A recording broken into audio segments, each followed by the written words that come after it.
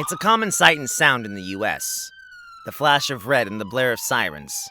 Fire trucks roam the streets answering calls in search of those in need, ready at any time to respond to emergencies. I always tell people that want to know what it's like. I said, well, wake up in the middle of the night, get dressed, go mow your front yard, come back home, shower, and get back to bed.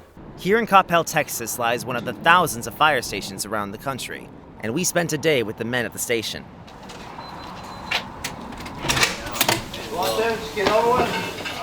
First, they took us on a tour. It is everything you'd find in your average home, only meant for a whole battalion. This is our big dinner table where we all eat. This is where we all get together, share a lot of stories. There's a kitchen, a dining area, 2 lounging areas, a sleeping quarters, an office, a gym, and of course a garage. A garage meant for a 40-foot, 25-ton fire engine.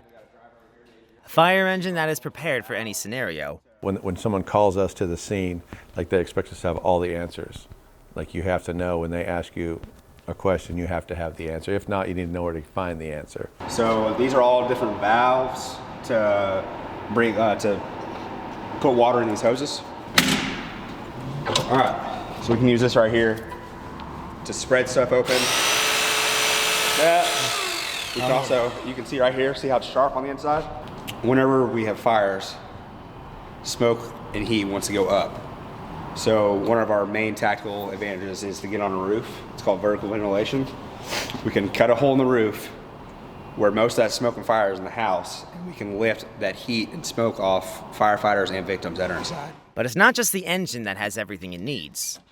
The crew of the truck are also prepared with all they need in the worst-case scenario. In under a minute, they can put on nearly 90 pounds of equipment. We got all our gear to put on. We put on about 90% of it before we get into the rig. And then once we get to the scene, we see it's a real working fire. We'll go ahead and put our mask on and put our gloves on and get ready, finish getting ready at the scene. So in all structure fires, in all car fires, we have to have this SCBA on. That's what helps us breathe inside the fire, so we don't get the toxic fumes. The gear doesn't breathe very well. It's not supposed to. It's supposed to keep the heat off of you, so it keeps the heat in as well. Tonight's in the Halligan, probably looking at just about 300 pounds right now, including me. So I was at 218 this morning, right now I'm at 304. So we're looking at just under 80 pounds, 90 pounds of gear. Though not every call requires this. At any time, a call can hit. And no matter what is happening, they have to be ready to go at a moment's notice. Today's call that we went on with them was someone stuck in an elevator at YMCA. So some of our calls we get to go on elevator rescues where people get stuck in elevators. Fortunately, he was working on the elevator and he got himself out, so he self-rescued. So we didn't have to do anything on this call. Despite being there for business, that didn't stop them from throwing a few hoops.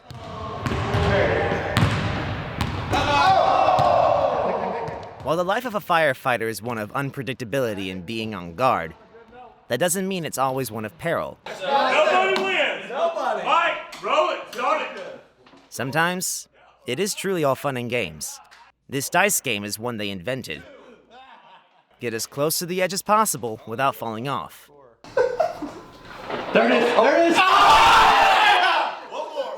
Loser does the dishes. Being a firefighter is by no means an easy life. It takes a lot of time, energy, physical and mental strength, and an otherworldly resilience.